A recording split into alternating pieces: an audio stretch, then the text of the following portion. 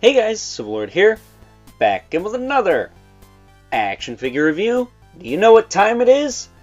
No, it's not Adventure Time. That shit sucks. It is time for us to take a look at Savage Crucible Frank Frazetta Warrior with Ball and Chain. Brought to us by the fine folks over at Harbinger Studios. And this, my friends, is a figure that I have been very excited to get my hands on. This whole wave, in fact. There's actually one in particular I've been really excited to get my hands on, other than this guy. But this guy in particular, because there's a little company out there by the name of Frazetta Girls that think it's kind of okay to charge 80 bucks a figure and not give them much of shit for accessories. Now, I know some people are going to say, oh, they don't have the factory connection, or oh, they're a smaller company, or oh, insert excuse here. Well, guess what Overlord thinks of excuses, people? They are like assholes. Everyone has one, alright? Therefore, if you do not put forth the effort in trying to get a factory connection that doesn't charge as much, and don't exactly get better with the product after several releases, you could suck it hard. So, moving on from that, sorry, that was a heated mini rant. Why don't we cut right to the chase and get into the meat and taters of this review and take a look-see at all the Warrior with Ball and Chain has to offer in terms of accessories. Starting off with a pair of alternate grip hands with the wrong hinge for holding stuff. These should have just been fists, let's be real. But every figure in the wave comes with these, so I guess it's whatever. We also get a pair of open hands, which is actually how I've been getting his other accessory in. I'll show you that in just a moment. Because, of course, the Warrior with Ball and Chain would not be complete without the Ball and Chain. Duh. But I believe it's called a Morning Star. You can really bash the hell out of somebody with it. Also get this little knife and this sword here. It's almost a scimitar, curved, swashbuckler type sword, almost.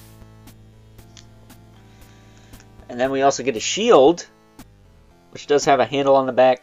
I will tell you, getting one of the hands to grip this handle and then getting it on the arm is a challenge.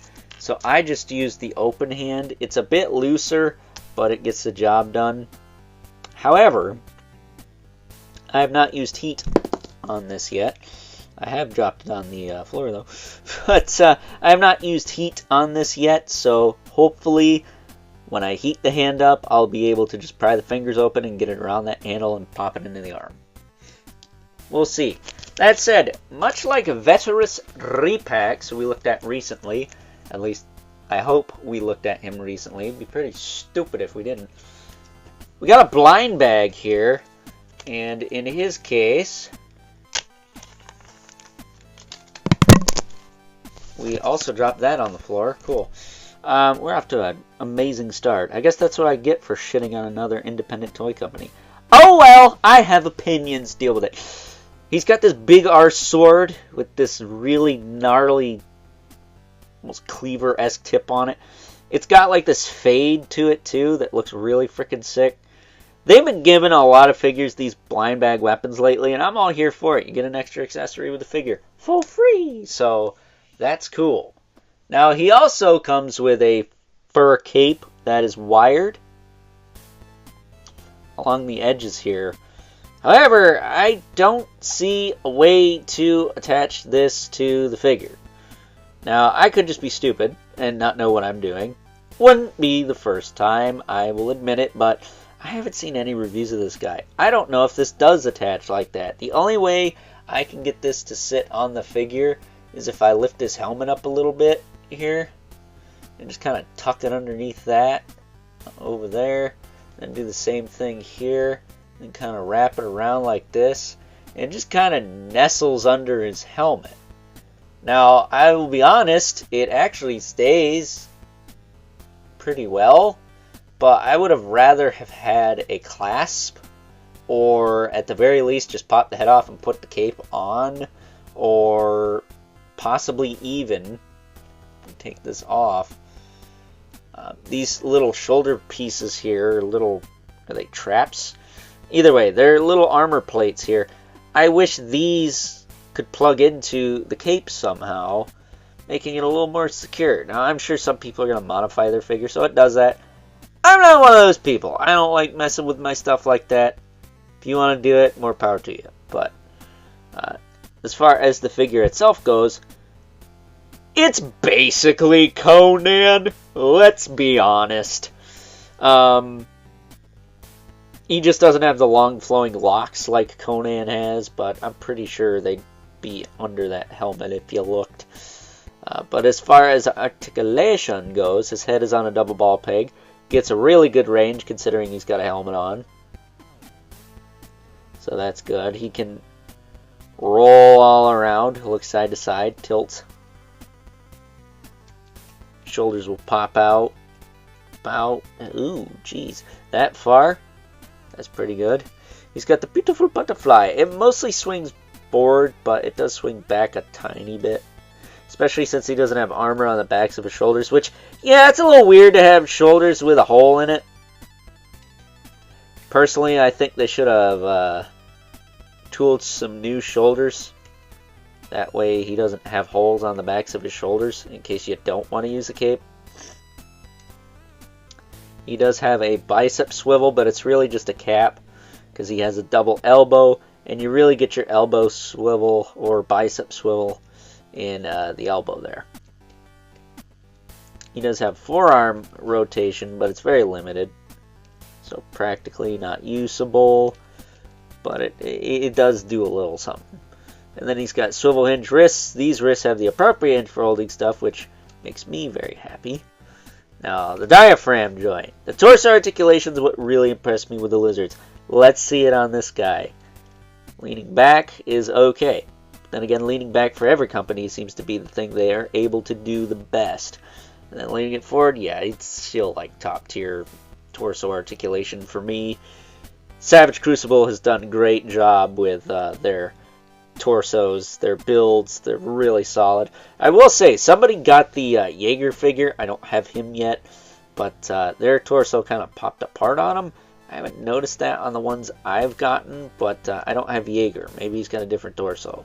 But you can, of course, rotate this. You can tilt it side to side. That's all good. Same thing with the waist. The waist gets pretty decent movement out of it. It's just a little tight on mine, I'll be honest with you. He's got this cool scabbard hanging off his belt. It doesn't appear that you could take it off, though, so I would just leave that alone. I would not try to futz with that. He does also have a little knife sheath on his hip as well. And his legs can kick out to the side. Almost perfect split. Then kick forward really, really well. He's got a thigh cut up in there. Yeah, it's just like a NECA joint, like a new school NECA joint, I think. Double knee. Ooh, pinch my finger. Ow, that hurt a lot. Shit. I will say the knees are a little looser this time around. I know people had problems with the knees before. I really didn't, but, you know, whatever. You can also rotate at the top and the bottom of the knee, just like a NECA figure. I don't know if these boot cuffs are removable. They feel like they're part of the leg, but I haven't popped the foot off to check. You can, however, rotate the foot, hinge the foot up and down, and tilt it side to side. I will say these padded feet make him a little tricky to stand, but once you do, he looks pretty cool. I like this figure a lot, man. I think he's rad. Really, really rad. And I'm happy to have him. I mean, it's a Frank Frazetta figure. It didn't cost $80 freaking. Ain't that some shit?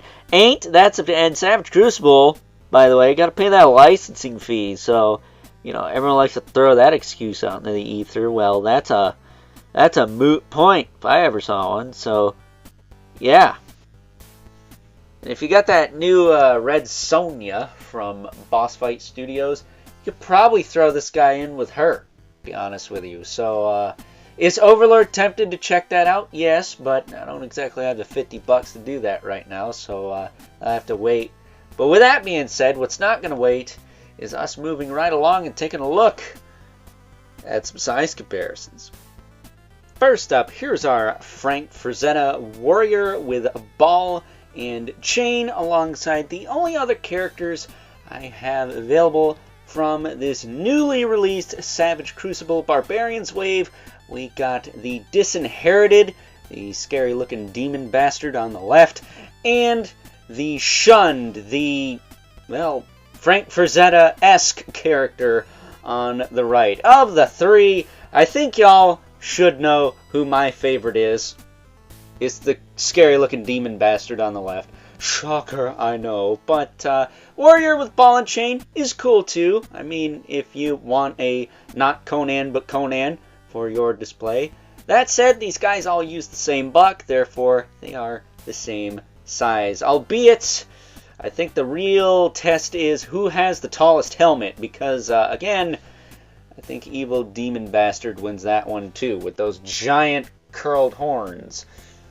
Getting these two out of here so we can make way for our two regulars, the Mythic Legion's Brother Mandibulith. And if you're curious how one of these human bucks stacks up against a Mythic Legion's, I mean, Broman's a little taller due to that, well, the one non-busted horn on his helmet. But you can see that the Savage Crucible stuff tends to be a little bit bigger, just a little bit.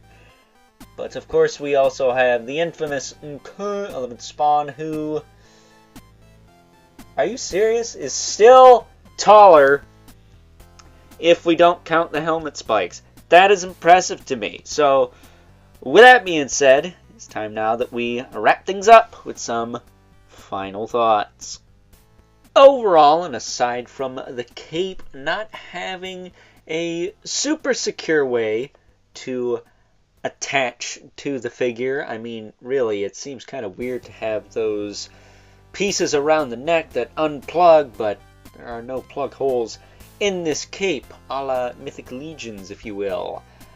I'm going to be honest with you in saying that the human characters from Savage Crucible, much like their lizards, are some of the best figures I think I have messed with, and yet we still have two more to look at that aren't Frank Frazetta related, which I guess in a way gives this guy bonus points if you're into that sort of thing. So with that being said, hope you guys enjoyed this review. Until next time, catch you guys later.